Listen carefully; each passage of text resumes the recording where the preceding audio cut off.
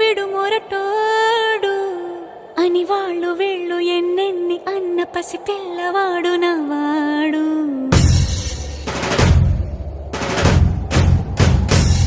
విడు ముండోడు అని ఊరు వాడ అనుకున్న గాని మహారాజు నాకు నవ్వాడు.